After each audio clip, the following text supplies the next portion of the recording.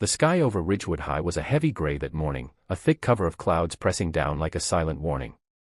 Most students hurried across the courtyard, hoodies up and eyes down, just trying to make it through another school day.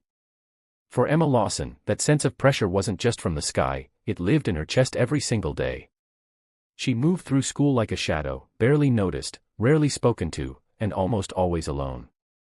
Shy didn't quite capture it. Emma was the kind of girl who sat in the back of class, hands folded, eyes low. She never raised her voice, never interrupted, never caused trouble.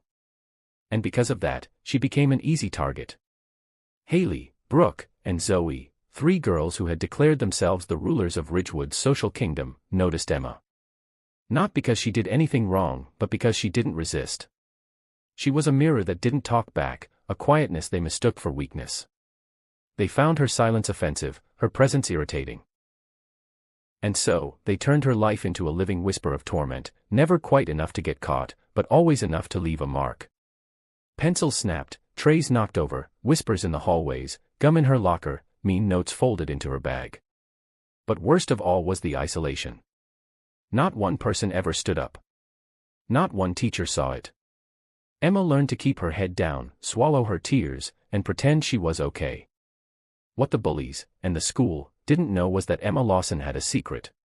Her father, James Lawson, wasn't just any father. He was a decorated officer in the city's elite SWAT unit. The kind of man trained to run toward danger, to think in seconds, to break down doors and save lives. But even he hadn't known the full extent of what his daughter endured at school. She never told him. Not because she didn't trust him, but because she didn't want him to worry. Emma thought silence was strength. But everything changed that Friday. That morning, Emma had woken up with a knot in her stomach. She stared at her reflection, soft eyes, hair in a low braid, uniform slightly too big. She almost asked her father if she could stay home, but stopped herself. He was already in his tactical gear, kissing her forehead before heading out for a special training session. His team was doing drills in a nearby warehouse, something to do with hostage extraction and canine coordination. He told her he'd be close by. She smiled and nodded. But part of her heart whispered that something felt wrong. At school, the first few periods passed in their usual quiet agony. Then came fourth period, the time Emma dreaded most. It was unstructured, with movement between clubs and classrooms. That's when Haley and her friends struck. It started with an accidental soda spill down Emma's shirt. She gasped, more from shock than discomfort. Laughter followed. And then came the command, bathroom. Now. Emma hesitated. But Brooke's fingers wrapped tightly around her wrist. You heard her, she hissed. Come on. No one stopped them. No one even looked twice as the three girls dragged Emma through the east wing toward the old, barely used bathroom, the one with a busted light and a door that jammed shut when kicked. Emma's pulse raced. Her legs trembled. Something about the way they moved, too aggressive, too organized, terrified her. She glanced around, but the halls were empty. And then, the door slammed behind her. Inside the bathroom, the air was cold and damp. One of the girls laughed while Brooke locked the door. Emma backed toward the last stall, clutching her soaked shirt. Haley pulled something from her bag, scissors. We're gonna give you a makeover, she smirked. You'll thank us later. Zoe raised her phone. Let's go viral, shall we? That's when Emma collapsed.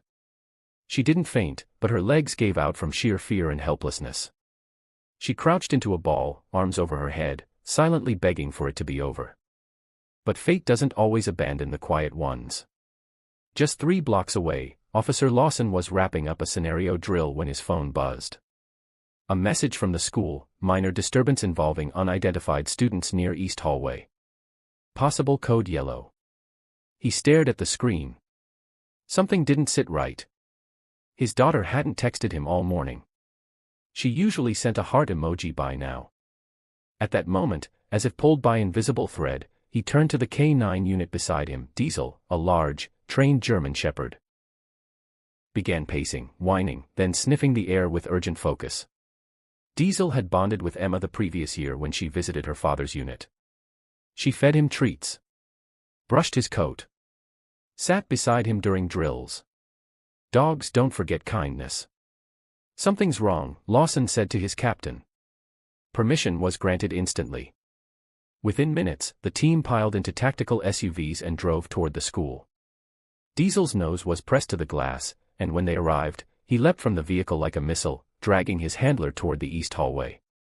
He sniffed until he reached the old bathroom door, growled, barked once, then twice, the deep bark of alarm and defense.